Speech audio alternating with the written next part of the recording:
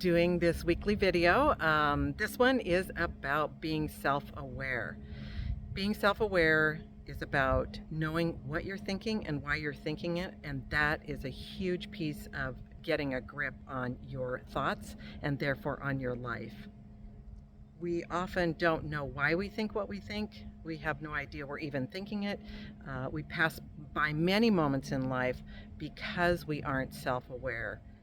I notice more now than ever, I guess, that people are spun out. They just seem so angry or worried or frustrated or whatever it is. I can't tell you because I haven't asked them, but I just get that sense from them that life is overwhelming, and I just hate that for them because life really is grand. Our lives are fabulous.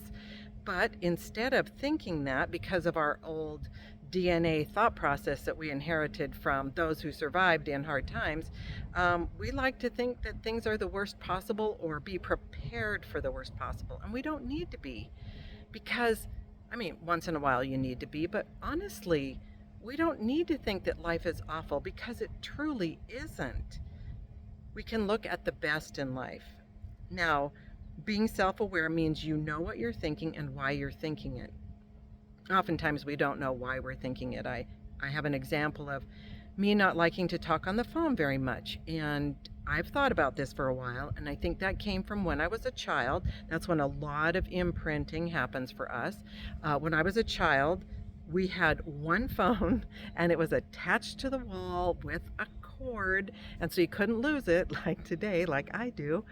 But that one phone in the house needed to be free so that you could have other phone calls come through. So I was imprinted when I was a child with the idea that you shouldn't be on the phone a long time. Well, as a child, you don't have the explanation for it, so I took that in heart and soul, right? As a grown-up now, I think, I shouldn't be on the phone that long. It's just in the background of, in the subconscious of my mind. But that's not really true. It's just some feeling that I have from when I was a kid.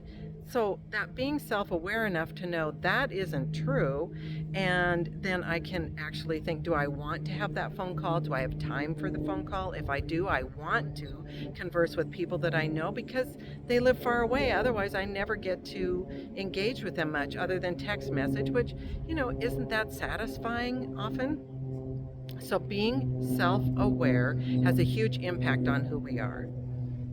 Deciding to think certain thoughts is another way that we're self-aware. I love to use the example of somebody cuts you off on the road and you immediately think, what a jerk, or some other expletive. And do you know them? Do you know if they're a jerk? No. Well, you might know them, and if you do, you know they're not a jerk, or maybe they are. But for the most part, people who cut us off on the road don't even know we're there. And they certainly, I don't know if they're a jerk or they're not, but if I decide to think that and I'm not being self-aware, then I'm going to harbor that feeling, and I'll think, they did that on purpose, those horrible people. Is that true? Probably not. They probably didn't even know I was there. Now, I could alternately think, they're in a rush. They have to get to work. They have a sick kid. Something happened. I don't know, whatever it is. But I could think a different thought that they're in a rush versus what a jerk. They cut me off on purpose. Now, which one of those thoughts makes you feel better? Well, of course, the one that they're in a hurry. And that's being self-aware, thinking, I don't have to think that one that came immediately to my mind, because we are concerned with having people do things to us or being prepared for the worst.